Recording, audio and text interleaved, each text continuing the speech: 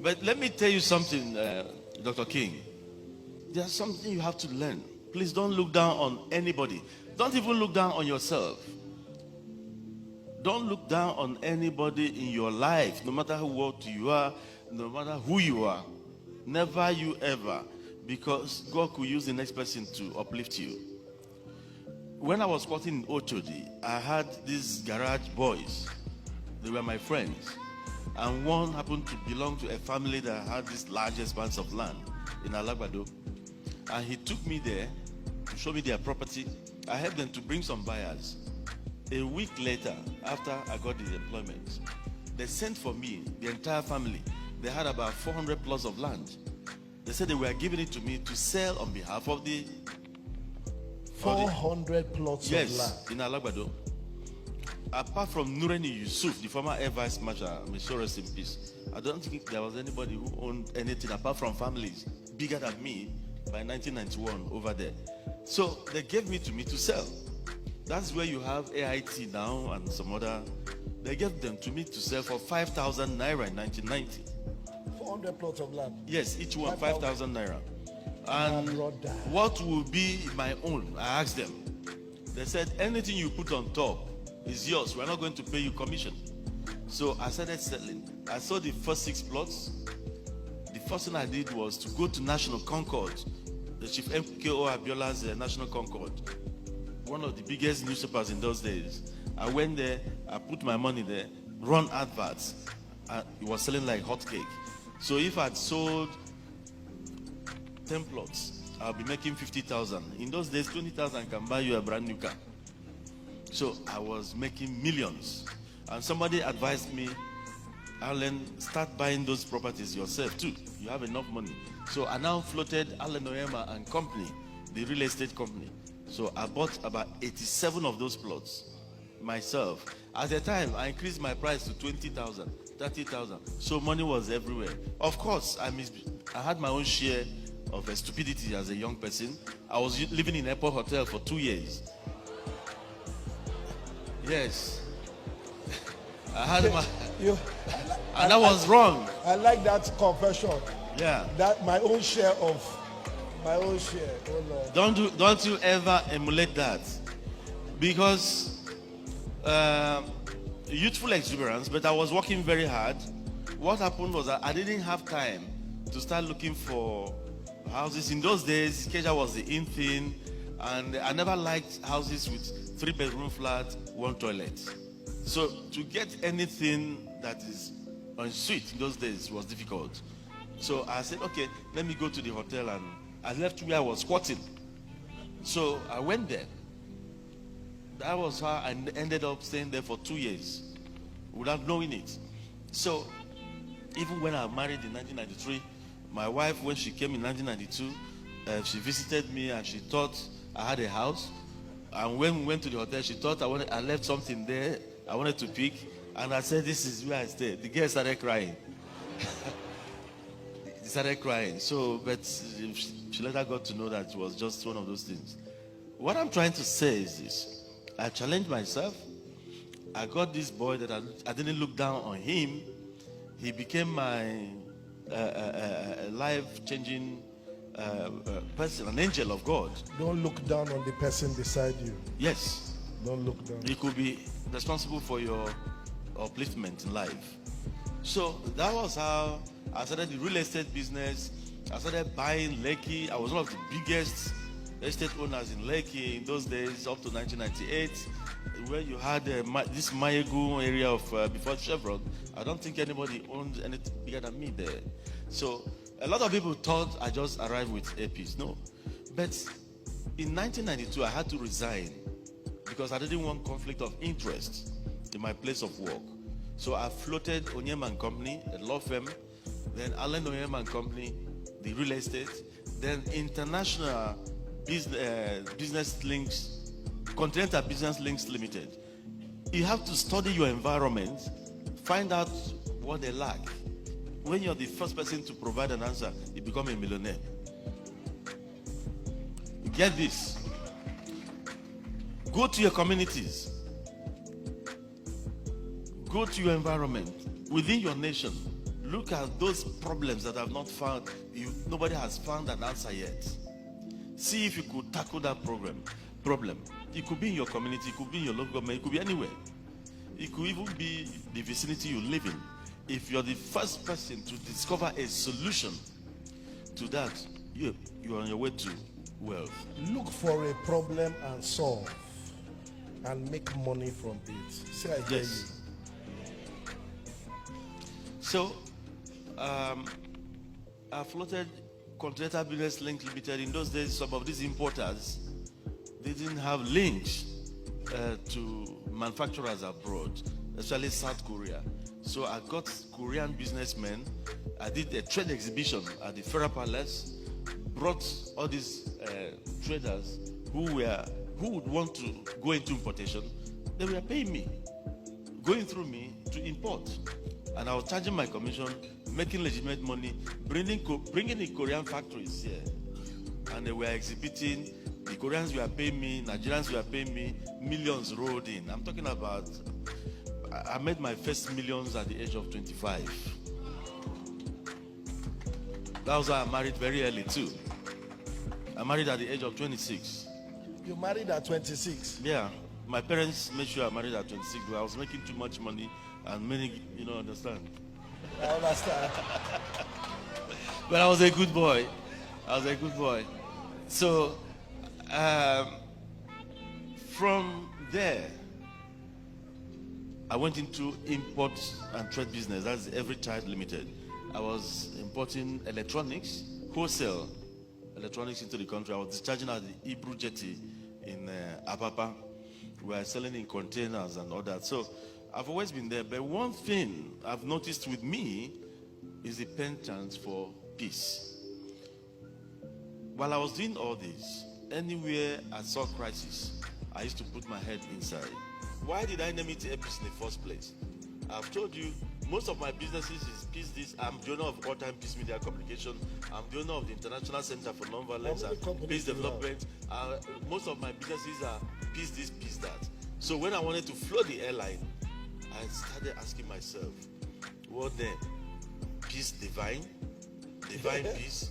So we think out with so many things. And I told my wife, air peace. Everybody, my children, they said, oh, that sounds nice, air peace. So we went to the Corporate Affairs Commission. We applied through our lawyers, and they said the name was available. So that was how we bettered air peace. But why did I choose to float an airline? That's another breaking of rules. Trading where even the brave ones fear to trade on. So I've always put out myself to provide solutions where solutions are actually needed. That's what I'm trying to say. In 2007, I was thinking of how do I actually impact lives, because I prayed to God in 2003 when most of my businesses were going down. Help me, God. Give me the means, and I'll give it back to you through helping the lives of the indigent. So one of the things we did was giving people money, do this, do business, do that business, and they will come back some months later to tell you, oh, that money. They tell you stories. So my dad said, why not look for some kind of thing? My businesses were making billions, but they were not creating the number of jobs I would like them to create. There are some businesses you sit down in your house and be making billions, but you're not impacting several people. It was then somebody said, why not go into aviation? That one jet could give 1,000 people jobs. That was how I became passionate. I didn't go into the airline because it could give me billions. I went in there because I believed it could give jobs. Then I started studying. I trained myself on it. So in 2013, I bought my first plane.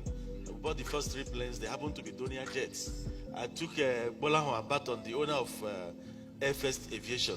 He was running charter operations. He was my consultant. So when we bought the first 3 planes, I bought one in France, bought the second one in Germany, we went to the US, bought 3 planes, 3 Donia 328 jets. We got back to London. I bought champagne. I don't drink alcohol. I said, but let's celebrate, let's pop. So these 3 jets now can give jobs to 3,000 people. Bolahao said, no. No. I said, but that's what I told you. He said, no. That these 3 jets, they were executive jets. That's for charter. He said, you only need 3 beautiful girls to market them. You know, charter was booming. The charter business was booming. You don't need any staff. What you need is 3 beautiful girls for marketing. Get two sets of pilots for the plane. That's all. You could be making $200,000 every day on each of those planes. He thought, oh, I was angry. He's alive. We fell out that same day. He said, he calls me chief. Chief, why? Why are you angry? I said, but this is not what I told you. I said I want to employ people, not to enrich myself the more. He is alive. His name is Bolahon Apaton.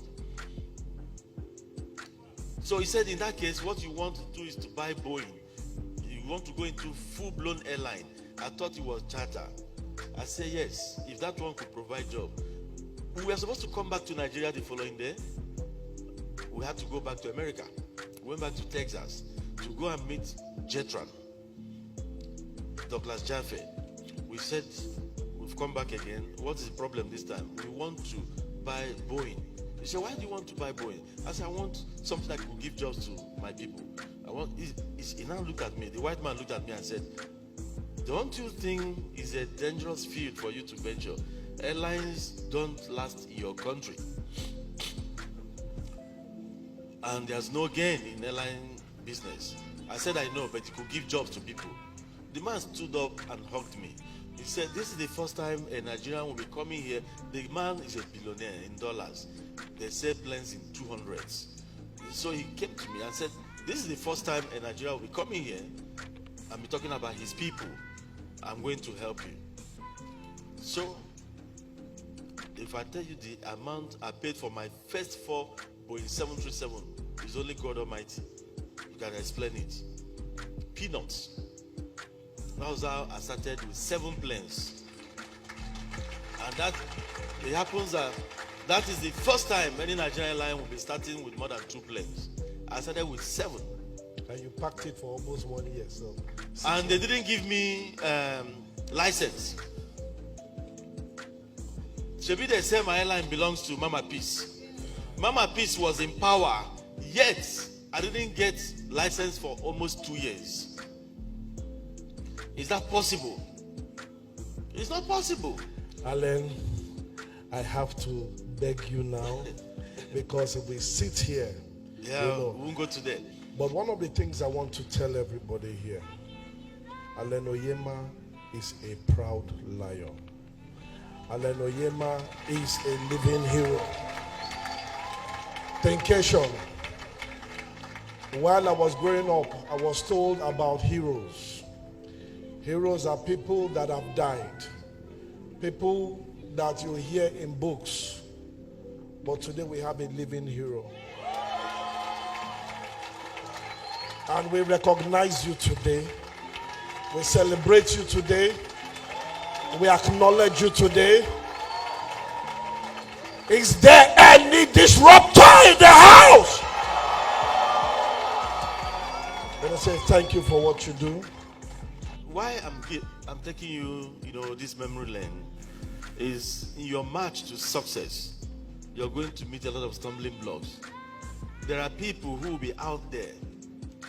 They may not even know you. Just because you're about to do something, they want to stand in your way. Don't you ever give up. You need perseverance. You need to be focused. You need to have ideas too. You need to process your ideas yourself. That is the only thing you've got. And you need your God also to protect whatever you are trying to do. Air Peace today is the largest airline not only in Nigeria but in the whole of West and Central Africa.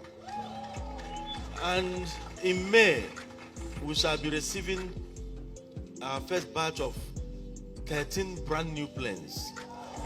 Nobody can stop us as long as God is on the throne, because God will remain on the throne. But one thing I leave with you today is this. 1, think of how you can touch lives of that other people other than yourself. You might think you're nobody. If you have 1,000 naira, there's somebody who doesn't have even a penny. Out of your 1,000, try and see how you could benefit that other person who doesn't have any.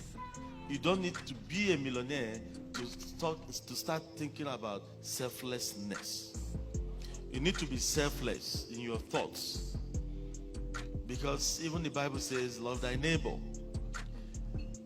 You need to be selfless in your thoughts. You must try at all times to also to be patriotic to your nation. You must seek those things that add values to the community, to the society you live in. Put yourself last in your considerations, and the rest will be history. God bless you all. Thank you. Come on, put your hands for Alan Onyema.